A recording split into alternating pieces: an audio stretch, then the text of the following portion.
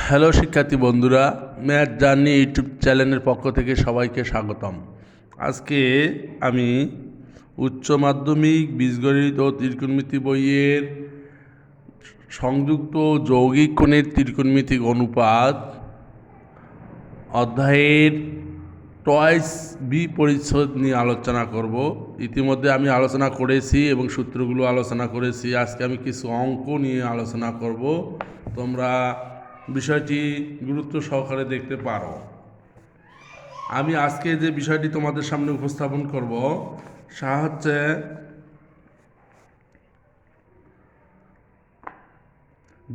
যদি এ এবং বি ধনাত্মক সূক্ষ্মকোণ হয়, যদি এ এবং বি ধনাত্মক সূক্ষ্মকোণ হয় তবে আমাদের মান নির্ণয় করতে হবে কট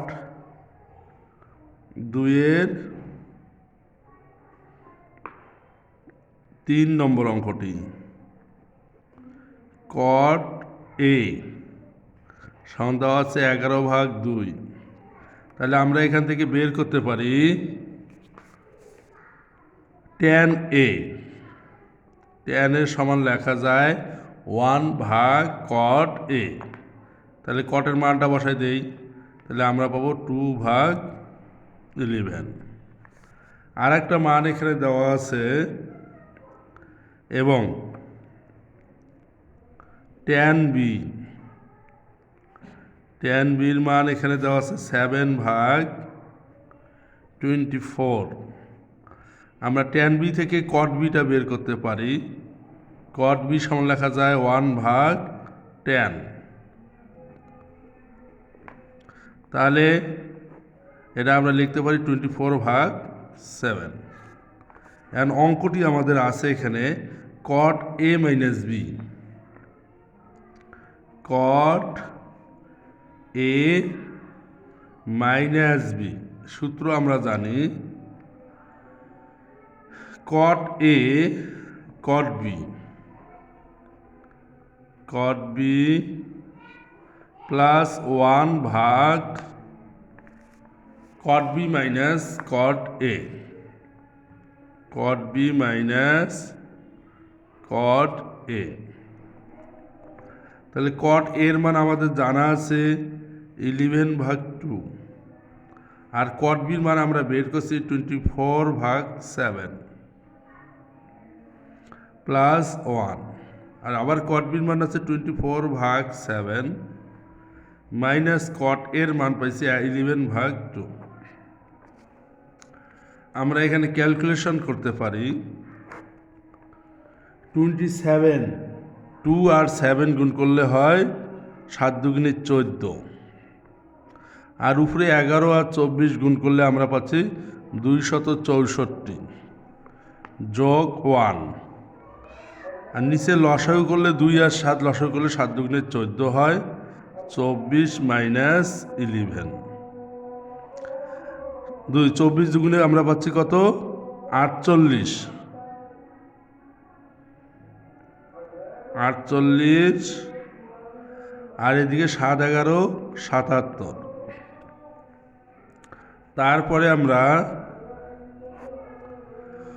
উপরে 26/4 প্লাস 1টা 14 সঙ্গে গুণ হলো, আর নিচে লসাগু 14 ঠিক থাকবে।